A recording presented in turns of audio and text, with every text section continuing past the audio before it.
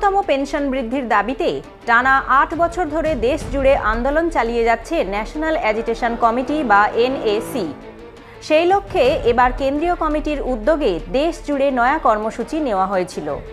দেশের বিভিন্ন প্রান্তে আঞ্চলিক প্রভিডেন্ট ফান্ড অফিসগুলির সামনে ধর্ণা কর্মসূচির ডাক দেওয়া হয়েছিল বৃহস্পতিবার।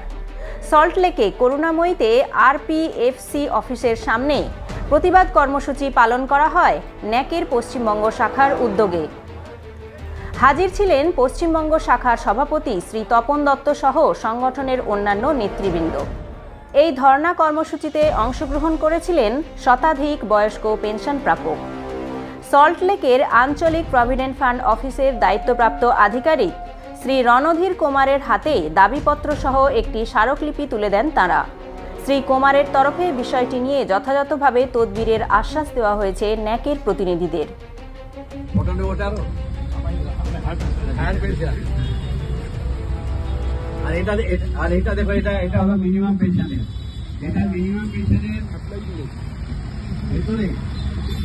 কোথায় কোথায় হচ্ছে এগুলো সব লেখা আছে। আর সবচেয়ে বড় কথা, দ্বিতীয় 12 পয়সা নেই। সবচেয়ে বড় কথা, আমরা এটাতে ক্যালকুলেশন দেখিয়ে দিয়েছি আমাদের কন্ট্রিবিউশন কিরকম ভাবে কন্ট্রিবিউট করা হয়েছে ইয়ার ওয়াইজ।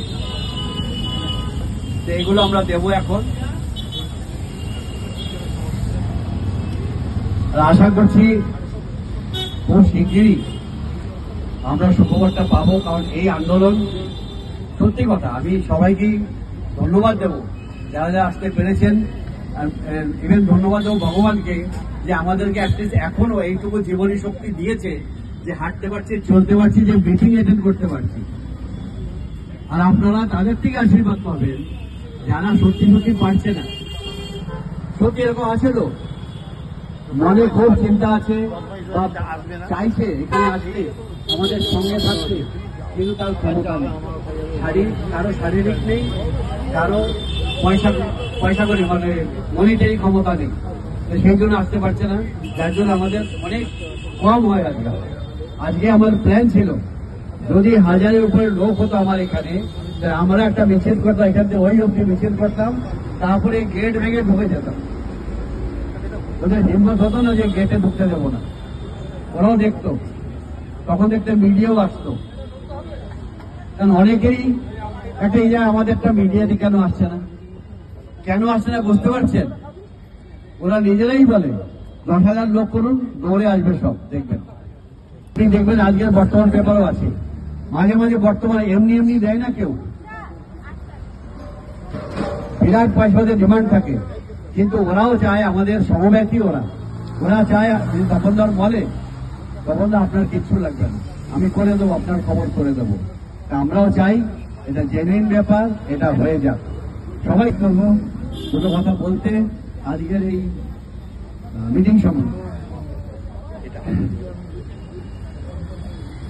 বন্ধুগণ,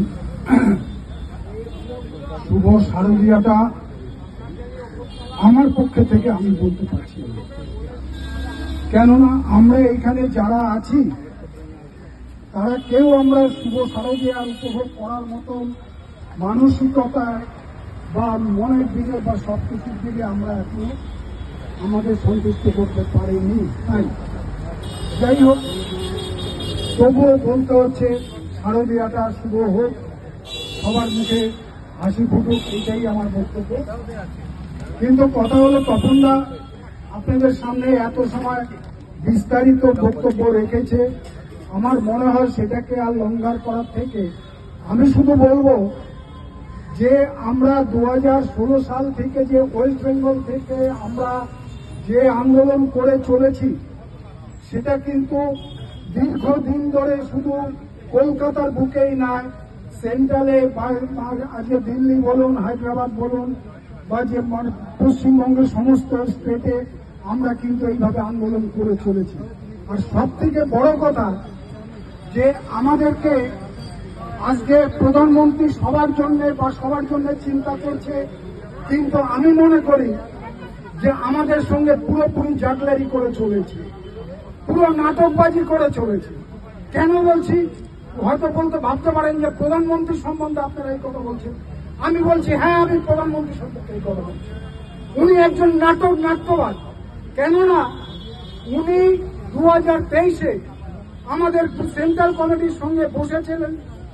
উনি শুধু একা বসেননি, আমাদের সেন্ট্রাল কমিটির টিমের অশোক রাউত, বীরেন্দ্র সিং, হেমা মালিনী, পাতিল সাহেব প্রত্যেকের সঙ্গে বসেছিলেন এবং 45 মিনিট ধরে আমাদের সঙ্গে মিটিং করেছেন। সেখানে কি করেছিলেন? সেখানে উনি উনার পিএকে ডেকে সামনে বসিয়ে বলেছিল যে কি হলো জিতেন্দ্র, তুমি এনাদের চেষ্টা দেখছো না, ইনারা বয়স্ক, আমরা তো পেনশনের জন্য আমরা ভর্তুকি দিয়ে থাকি, তাহলে ইনাদের জন্য কেন আমরা কিছু দিতে পারবো না? তুমি তাড়াতাড়ি তুমি আমার টেবিলে ফাইল পাঠাও।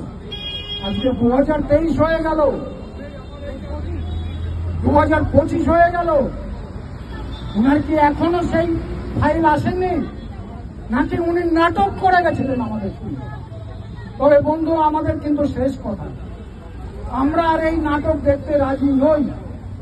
হয় আমরা নিজেদের অধিকারকে ছিনিয়ে আনব, না হয় আমরা ওখানে দাঁড়িয়ে আত্মঘাতী দেব। এই হিসাবে আমরা মোটামুটি আমার ওয়েস্ট বেঙ্গল কমিটিতে আমরা বসবো। এর মধ্যে বসে আমরা একটা সিদ্ধান্তে যাব। সেই সিদ্ধান্তটা কি? যে আমরা বহুবার গেছি আমাদের নিজেদের পকেটের পয়সা দিয়ে, এই মেম্বারশিপের পয়সা দিয়ে না। কেননা একটা মিটিং করতে গেলে আজকে এইখানে হয়তো খরচ লাগছে না, তখন আমরা কিন্তু আন্দোলনটা করছি, আমরা শুধু নিজেদের জন্য না, আমরা কিন্তু সবার জন্য করে চলেছি। এবং এই আন্দোলনটার পিছনে আজকে তপন দত্তের কোনো দরকার নেই। কেন দরকার নেই? উনি যা পেনশন পান, উনার যেভাবে ঠাকুরের ইচ্ছা ভালো আছেন, কিন্তু উনি মানসিকতার দিকে উনি কিন্তু আমাদেরকে প্রথম দিন থেকে নিজের পকেটের পয়সা দিয়ে এই সংগঠনটা গড়ে তুলেছিলেন। তাহলে উনিও কিন্তু প্রথম দিন থেকে এই আন্দোলনটাকে আমাদের নেতৃত্ব দিয়ে চলেছে। যাই হোক, আমি যে কথায় ছিলাম সেটা হলো, আমরা পুজোর পরে আমরা আমাদের ওয়ার্কিং কমিটিতে আমরা একটা মিটিং বসবো, সেখানে একটা সিদ্ধান্ত নেব। সেই সিদ্ধান্তটা কিছুটা আপনাদের কাছ থেকেও আমরা নিয়ে যেতে চাই। যদি আপনাদের ভালো লাগে তাহলে আপনারা সমর্থন করবেন। সেটা কিভাবে যেতে চাই, সেটা এবার আমরা শেষ চূড়ান্ত জায়গায় যাব। সেটা কি চূড়ান্ত? এর আগেও আমরা এখানে মিটিং করেছি, Ashok Raut. News Wave India, Kolkata.